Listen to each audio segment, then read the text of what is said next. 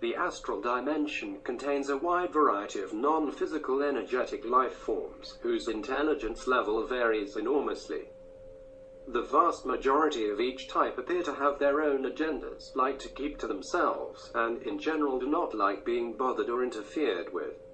Not counting high-level beings like demigods, angels, and spirit masters, they range from friendly to occasionally helpful to playful to neutral to mischievous to malicious to downright nasty and evil. These beings appear in a wide variety of illusory forms. Some of the less intelligent types seem animalistic and predatory by nature, much like the animal and insect wildlife found in the physical dimension. I call these last astral wildlife. Although these all appear to come from somewhere in or near the astral dimension, many are capable of operating in the real-time zone. And some of these, unfortunately, delight in tormenting projectors, especially new ones. In a way, the astral dimension can be likened to the ocean. Given the fluid nature of its many internal environments, you can find absolutely anything there. Fish, shellfish, octopi, dolphins, whales, sharks, barracuda, sea snakes, crabs, shrimp, jellyfish, turtles, seals, and penguins, etc., etc.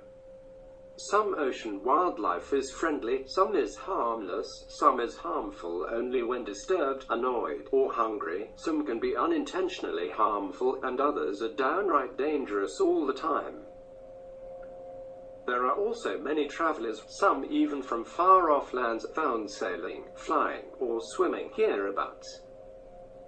Although many parts of the astral planes appear to be full of life, it is fairly rare to meet up with interested beings while traveling there. But it does happen occasionally. Just about every astral plane and realm has some kind of local inhabitants. These life forms often live in specific areas or realms, and often seem quite unaware of any reality or dimensional level other than their own. They are often amazed when they meet an astral traveler. Other types seem to be well aware of other dimensions, but most seem to have little patience with projectors and tend to ignore them. In a way, approaching astral beings you do not know is very much like approaching strangers in the physical dimension. Most strangers ignore other people even when politely asked directions or questions.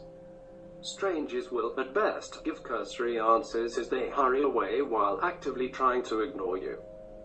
Astral beings, too, don't seem to enjoy getting involved with the affairs of strangers, usually having much more important things to do with the time.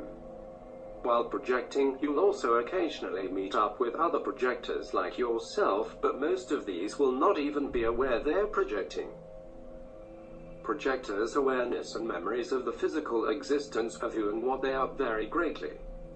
Many seem to be sleepwalking or dreaming, or are just going along with the flow of life and events in an astral realm as if they were a part of it and actually live there. They are often quite surprised when it is pointed out to them that they can fly, etc. I suspect this variability in awareness and memory is caused by many factors, such as energetic development and activity. The amount of energy flowing into the projected double from its physical etheric body, and whether a projector has made a conscious exit and has retained awareness afterward. The conscious exit out of the body seems to cause a much greater flow of energy into the projected double than is usually available to sleep projectors.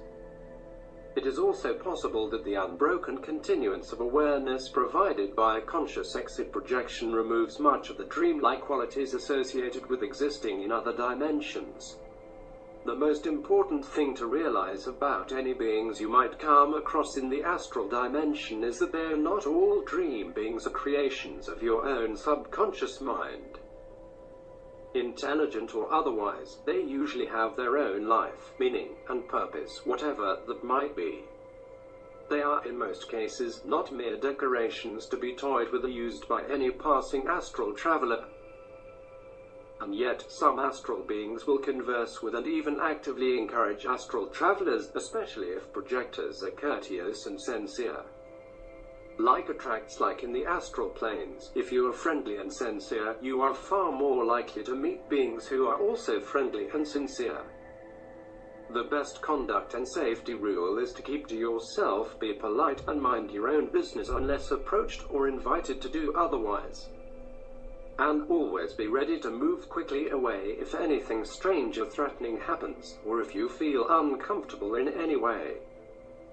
Only very rarely will projectors come across advanced spiritual beings, and even more rarely will they encounter angels.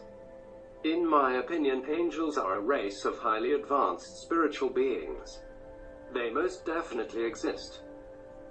I have seen angels many times, in OBEs and visions, as well as with my bare eyes on a few rare and precious occasions. They are impossible to track down or find intentionally during an OBE. They are especially rare in the real-time zone and the low to mid-astral planes. You occasionally come across them accidentally, especially in the high astral and mental dimension. Angels and other advanced spiritual beings seem to make themselves visible only when they have a very good reason for doing so. They are definitely not the type to stop and chat in passing. Angels and advanced spirit beings, unlike most astral inhabitants, do not appear limited to any particular plane or dimension level. They have the ability, I believe, to manifest in any level, even in the real-time zone and the physical dimension. They have the ability to enfold lesser beings in their energy and temporarily transport them into other dimensional levels. In this way, they will often be seen helping the spirits of deceased people to manifest temporarily in the real-time zone, or even to help them appear visibly in the physical dimension itself. This kind of thing always has very good reasons behind it, although those reasons may not be apparent at the time. Typically, a spirit manifestation like this will begin with a strong build-up of energy in the room, accompanied by many silver motes and tiny sparkles of light. A tangible aura of power and presence spreads throughout the room, and the atmosphere becomes electric. A narrow, vertical shaft of brilliant silver light then appears and quickly expands, as if curtains of light were being drawn apart just wide enough for a person to walk through. A huge gush of brilliant silver light, along with a tangible feeling of power, excitement, and love, spills through this parting in the dimensional veil. The visiting deceased spirit then simply walks through this opening and stands just inside the room, bathed and held within this pool of light.